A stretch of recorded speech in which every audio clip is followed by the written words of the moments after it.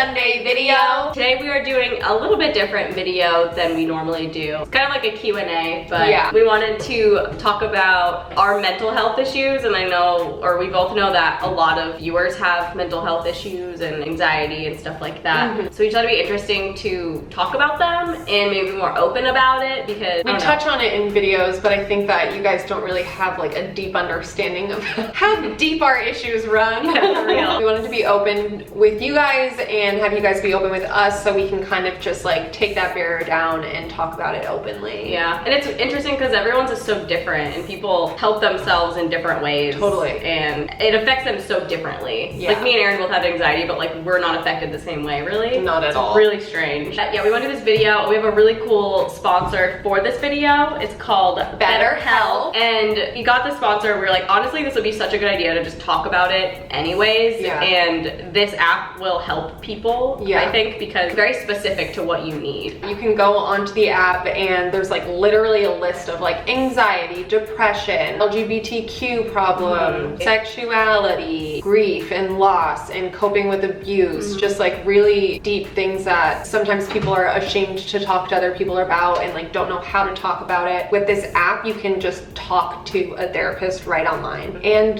the cost is like insanely cheap. I remember when I first like thought about getting a therapist and like went to therapy, it was gonna be like $150 per session. Yeah, that's like, I pay $150 a month. Yeah. I go to a therapist. Oh, that's really good. Yeah, it's not bad. But it's, or sorry, did I say a month? Yeah. I meant a week. Oh, not a yeah. month. Yeah, and I think mine is like on the cheaper end. With BetterHelp, it's licensed therapists that are on the other line of the messaging or video chat, and it's only, I think it ranges from like $35 to $65 a session or something like that. Yeah. So that's literally like $100 cheaper than what it could be if you don't have insurance. Really good. And I know that a lot of people, like me, like I was like, oh, I can't afford this. Like I'm not gonna better my mental health, you know? I just kind of like have lived with this struggle, but this app is so great, and it's so awesome that they give you a therapist that kind of specializes in like what you need. You can choose if you want a male, a female, a non-religious or a Christian-based or a gay therapist, like anything. Also, like getting therapy appointments, especially if you're in a big city like Los Angeles, it takes forever to get a therapist. So with this, they're just like literally at the access of your fingertips. Like you can literally just be like, yo, can we have a session today? Yeah. Like, so if you think that that's something that you guys are interested in or could help you, then you can click the link in our description. It is betterhelp.com/CNE. So I personally struggle with really bad health anxiety. I got it when I was like a sophomore in college. I thought that I was like having heart attacks all the time, but I was really just having panic attacks. I went to the ER more times than I can count. My parents surprise interventioned me with my doctor. Like, they did? Yeah. I've blacked out driving from panic attacks. Carly's found me in the shower having a panic attack. That was fun. And a lot of people just kind of think it's like, you're not dying, like you don't have anything wrong with you, blah, blah, blah. But it's like, I know that, but also like I feel like you're scary, and like I get so scared. I'll get a paper cut and be like, what is that? Like then I'll get like a pain in my leg or something, and then I'm like, it's cause my finger. Yeah. And like then it's all that I think about. Literally since I've lived in LA, I couldn't tell you how many times I've been to urgent care or the doctor. I feel like you've been to urgent care more living here than I've ever like gone to the doctor in my life. Probably. I don't really know exactly what kind of anxiety. I think mine's just kind of general, but I do have health as well. If I have like a pain somewhere, I'm like, what is it? Like I'm dying. Or if I feel like off one day, I'm like, it's my brain. Yeah. But I think mine started really when I was in school. Yeah, I was in school for like medical stuff, and I was in a anatomy and physiology class, which is like what can go wrong in your body. Yeah. And that class was literally like 4.5 hours, a couple days a week. And I don't know what happened. I didn't even like know I was having anxiety, but I had to leave the classroom. I want to say once every 20 minutes, but that's probably exaggerating. But I would keep leaving to go to the bathroom, and I would just sit in the bathroom for like 5 or 10 minutes because I was like, I felt like I was gonna pass out in class, which I've never passed out before. And that kind of transitioned into driving for some reason. And then I would get anxious while driving for literally no reason, and I felt like I was gonna pass out. Yeah, I remember the first time Carly like never talked about that at all, and then we were driving one day and Sheila was like, I can't. I'm like, what's happening? And like pulled into a gas station and then was just like breathing, and she was like, you have to drive. And I was like, what's happening? That's a big reason Erin drives a lot too, like when we're together. I'm pretty okay just driving like around, but if I have to drive on like long freeways or something, I don't know what it is with cars. And I think it's honestly me worrying that it's going to happen even though it hasn't happened. It's so annoying and it's like embarrassing because it's just like driving is so easy. It used to be like my favorite thing ever. Now it's like literally a burden. So it'd be great to get over that. I am in therapy. Rationally, I'm like, I know nothing's wrong with me, but then like I just think and I think and I think and I think, and until someone in the medical field is like, you're fine, then I'm like, oh, phew. Yeah, okay. I feel better. I've literally had like 4 brain scans since I've been in Los Angeles. Oh my God. The first time it happened to me, I was in college. It was the middle of the night and I like couldn't sleep. Like my anxiety like kept me up. Like it's all you think about. So then like my heart just raises, I can't breathe. And my dad was like, you're having a heart attack. We have to go to the hospital. So I like went to the ER, literally there for hours and hours. And we're like, nothing is wrong with you. And then after that, like it would happen all the time, and even though like I knew that that's what it was, I would still go to the hospital. Yeah, we tweeted out asking you guys if you guys have any questions for us about how we deal with anxiety or any kind of like problems that may be present in your life that maybe we have good insight to, or like, you know, just sharing, talking to someone at least is like helpful. And also like how you guys deal with it too, because everyone deals with it so differently. Can you mention how necessary it is to have empathy for loved ones with anxiety? How there doesn't need to be a total understanding of why someone feels a certain way. That it's unnecessary to question whether the anxiety is reasonable in your eyes in order for them to deserve compassion. A lot of people don't have anxiety and they don't understand why someone feels a certain way. I can't imagine if I was like dating someone that didn't understand what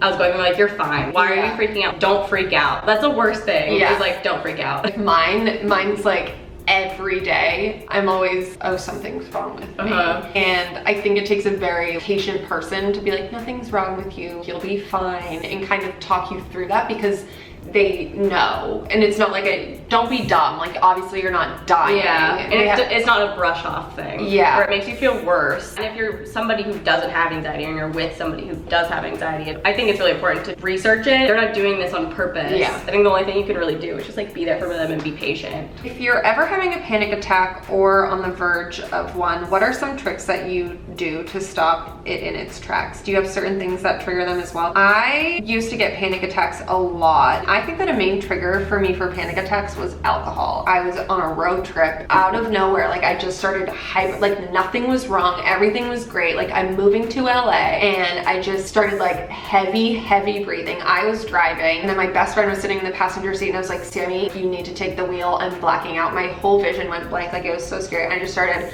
bawling my eyes out, and then we just like sat there on the side of the road and I just was like taking deep breaths and deep breaths. But it was truly one of the scariest moments of my life because I didn't understand why it was happening. It just came on from nowhere. Yeah, but I'd also been binge drinking the night before. I think that alcohol definitely triggers a lot of anxiety for me. I don't know, maybe that's the same for some of you too. And if you do drink a lot and have constant anxiety, that may be a trigger that you don't know about. Yeah, and Erin, it's not like funny, but like for us it's a funny memory because in our shower like crying and like Zane naked. Was over, Carly was like, we had friends at our apartment.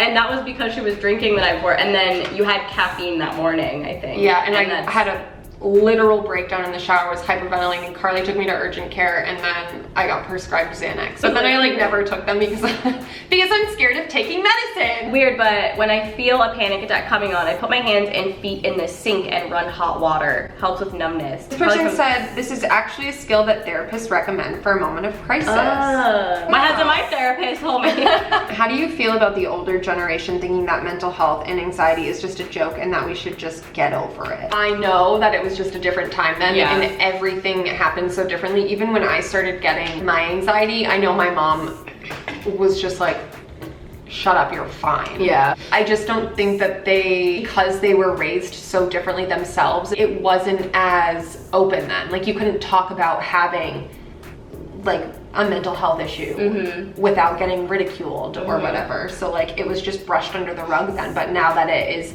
so open, I feel like a lot of older people just kind of like brush it off because that's what they've always done. Yeah. I think that they're like, it's a joke, like you're dumb. I just think that's all that they know. I think that the older generation should maybe like educate themselves more on like how times are changing and just like try to be a little bit more compassionate. And just because you're not experiencing it doesn't mean other people aren't. How did you know you had anxiety? When did you realize it wasn't normal to feel like that and accept that you needed some sort of help? I honestly can't even describe how I just felt like weird. Every time I would enter that classroom and I would sit down, it would happen. And I'm like, okay, well, there's obviously nothing physically wrong with me because I would feel like this all the time. Even if I'm not thinking about it, I still feel anxious. And a lot of the times I just try to like relax. It's so weird because there's not really anything you can do. But I recently did just get a gravity blanket and it's honestly been working great. And a lot of the times anxiety will like keep me up at night, and that has helped me a lot. Do you have any advice for high school students with these health issues? One, I think that it is important to just like,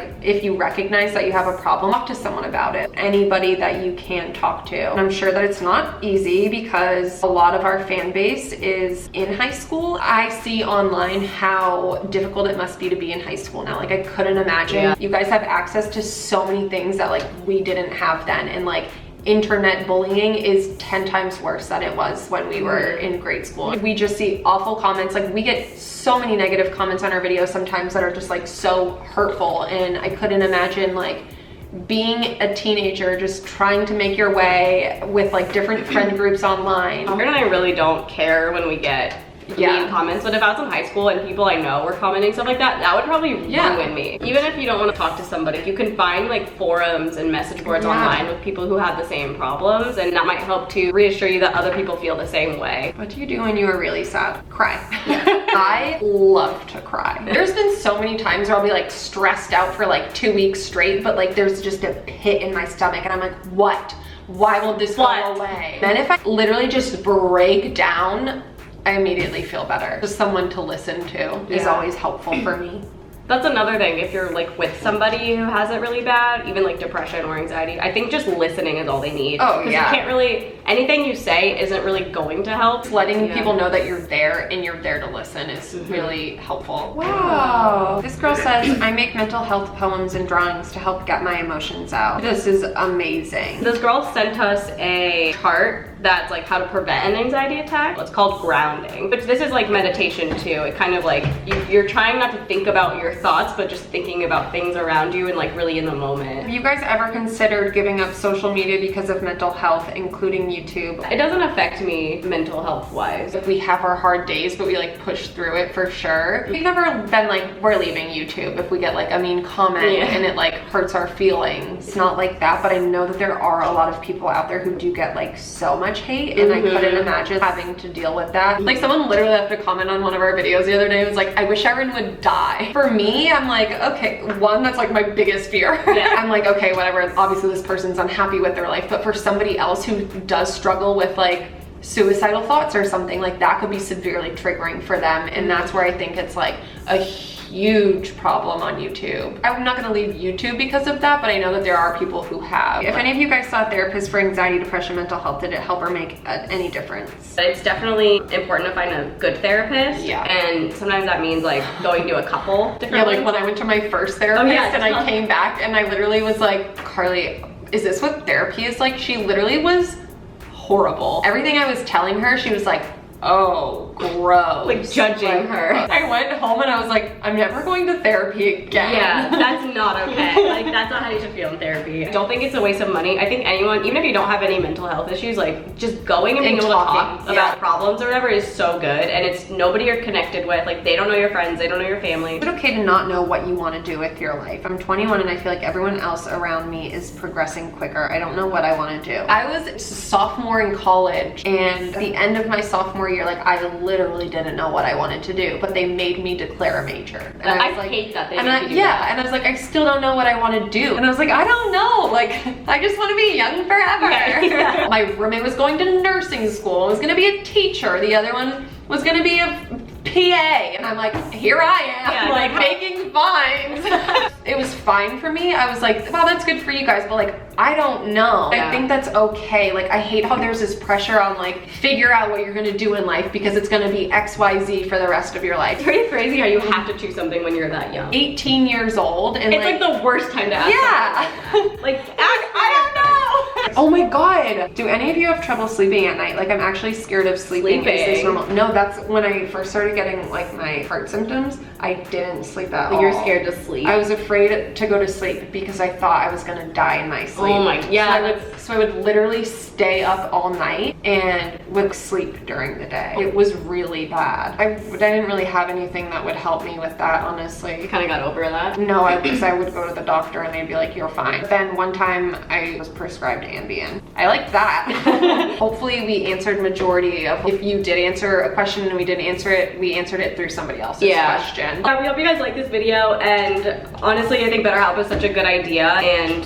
we're so happy that they were sponsoring this video, and it gave us kind of it gave us like an outlet to talk about this stuff, because like Erin said, we always talk about it in our videos, like kind of joking. Mainly it was just also reach out to you guys to let you know that you're not alone too with your struggle. Like, so many people have things that are wrong with them or that they're struggling with, and you don't know. I personally think it's important to reach out to a friend or a trained therapist and just kind of talk about your problems, and it really does help. You're important and you deserve to take care of yourself and be your best self. I think we really wanted to do this video because we do get comments a lot that are like, your video helped me, like I'm going through so much right now, like I'm really sad, and like that breaks my freaking heart. Know that like any of our family, like I'm gonna cry. Any of our like subscribe. Literally crying. Oh, good thumbnail, good thumbnail. I don't want you guys to be sad. Talk to someone, please. I know that like we feel good like knowing that we are able to help in like a little way that we can. Even if it's just like you watching a dumb video. A dumb mukbang with Matt King, and then somebody says, wow, they're lazy. It's like, well, shut up. People we know. Like it, okay? We know we're lazy. That's what you talk to your therapist about? Someone said we're lazy. Thanks for watching. I'm gonna go finish crying off camera. The link is in our description again if it's anything that you're interested in, and see you on Tuesday. Bye.